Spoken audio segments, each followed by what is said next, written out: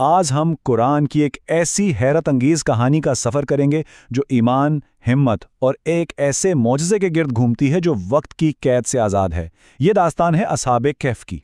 کہانی کا آغاز ہی ایک ایسی دھمکی سے ہوتا ہے جو رونگٹے کھڑے کر دے۔ بادشاہ دقیانوس کا فرمان بالکل واضح تھا، کوئی اگر مگر نہیں۔ اے نوجوانوں، تمہاری زندگیاں ضائع ہو جائیں گی، یا تو میرے بتوں کے آگے سر جھکاؤ ورنہ موت کے لیے تیار ہو جاؤ۔ یہ ایک ایسی آزمائش تھی جہاں ایمان اور زندگی داؤ پر لگی تھی۔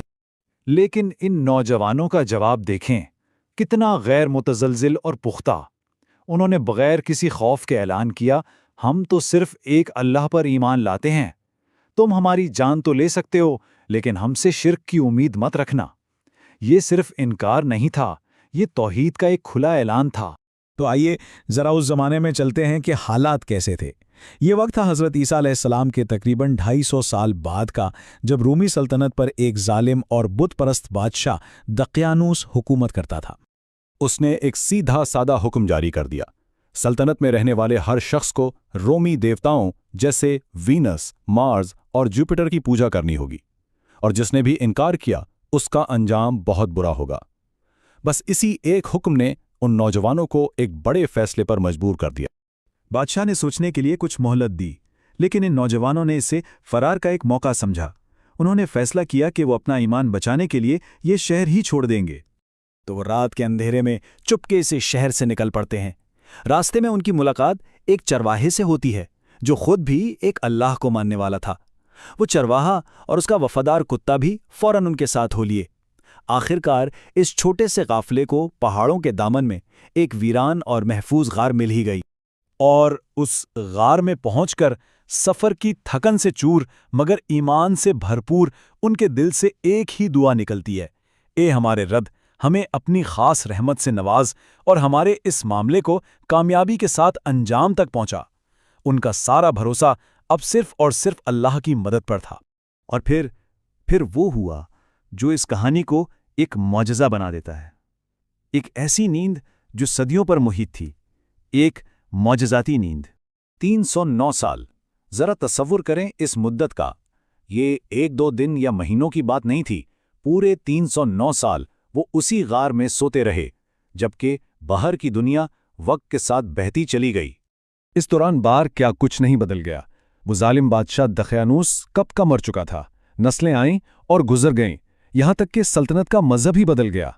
313 عیسوی میں شہنشاہ قسطنطین نے عیسائیت قبول کر لی، اور 380 عیسوی تک تو یہ رومی سلطنت کا سرکاری مذہب بن چکا تھا۔ ظلم کا وہ دور اب ختم ہو گیا تھا، لیکن غار کے اندر جو ہو رہا تھا وہ تو کمال تھا۔ اللہ کی قدرت ان کی حفاظت کر رہی تھی۔ یہ کوئی عام نیند تھوڑی تھی۔ قرآن بتاتا ہے کہ ان کے جسم خراب نہ ہوں، اس لیے انہیں دائیں اور بائیں کروٹیں دلائی جا رہی تھیں۔ سورج کی روشنی بھی اس طرح غار میں آتی کہ ان پر براہ راست نہ پڑے۔ دیکھنے والا سمجھے کہ وہ جاگ رہے ہیں، مگر وہ گہری نیند میں تھے، اور ان کا کتا غار کے دہانے پر پہرا دے رہا تھا۔ پھر جب 309 سال کے بعد ان کی آنکھ کھلی تو سوچیں ذرا کیا عالم ہوگا۔ انہیں تو بالکل اندازہ نہیں تھا کہ کتنا وقت گزر چکا ہے۔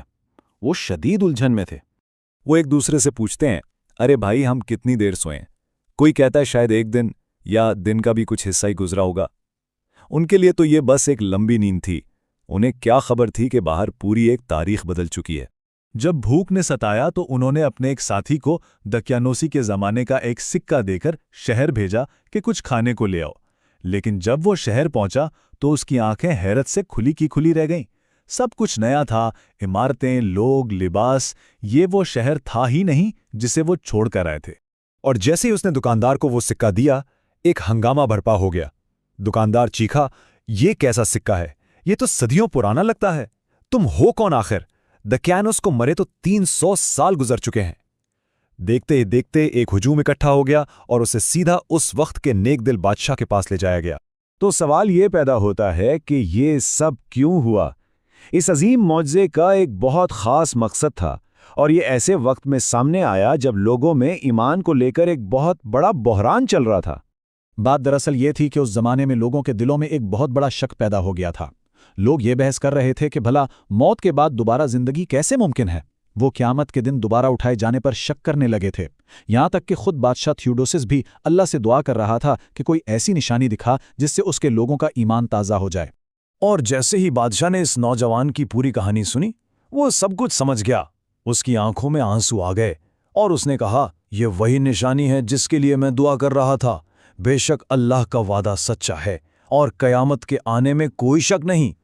یہ واقعہ صرف ایک کرامت نہیں تھا بلکہ اس بات کا زندہ ثبوت تھا کہ جو اللہ 300 سال سلا کر دوبارہ اٹھا سکتا ہے وہ موت کے بعد دوبارہ زندگی دینے پر بھی پوری طرح قادر ہے۔ تو کیا کہانی یہاں ختم ہو جاتی ہے؟ بالکل نہیں۔ اصل میں اس کا اصل اثر تو اب شروع ہوتا ہے۔ اس واقعے نے تاریخ، سائنس اور روحانیت پر اتنے گہرے نشان چھوڑے ہیں جو آج بھی ہمارے لیے ایک روشنی کی طرح ہیں۔ ایک دلچسپ بات یہ ہے کہ آج تک اس پر بحث ہوتی ہے کہ وہ غار آخر ہے کہاں۔ کچھ محققین اسے اردن میں الرقیم کے مقام پر بتاتے ہیں، جبکہ ایک دوسری مضبوط رائے یہ ہے کہ یہ غار ترکی میں ہے جہاں دقیانوس کے دور کے کھنڈرات بھی ملے ہیں۔ اب دیکھیں، آج کی سائنس ہمیں بتاتی ہے کہ انسانوں کا اتنے لمبے عرصے تک سونا اور پھر ٹھیک ٹھاک اٹھ جانا ناممکن ہے۔ جسم گل جائے گا، اعضاء ناکارہ ہو جائیں گے۔ لیکن قرآن میں جو تفصیلات بتائی گئی ہیں، جیسے جسم کا کروٹیں بدلنا اور سورج کی روشنی سے بچنا، وہ ہمیں بتاتی ہیں کہ یہ اللہ کی قدرت کا ایک ایسا کرشمہ تھا جو سائنس کے قوانین سے بہت آگے ہے۔ اور آج بھی یہ کہانی ہمارے لیے بہت بڑی روحانی اہمیت رکھتی ہے۔ کہا جاتا ہے کہ سورہ کہف کی پہلی 10 آیات کی تلاوت دجال کے فتنے سے بچاتی ہے، اور جمعے کے دن اس کی تلاوت کرنے والے کے لیے اگلے جمعے تک نور رہتا ہے۔ یہ کہانی ہر دور کے لیے اللہ پر مکمل بھروسے کی ایک زندہ مثال ہے۔ آخر میں یہ کہانی ہمیں ایک بہت گہرے سوال کے ساتھ چھوڑ جاتی ہے کہ جب سارے راستے بند نظر آئیں اور حالات بالکل ناممکن لگیں، تب سچے ایمان کی شکل کیسی ہوتی ہے؟ شاید اصحاب کہف کی یہ داستان ہی اس سوال کا سب سے خوبصورت جواب ہے۔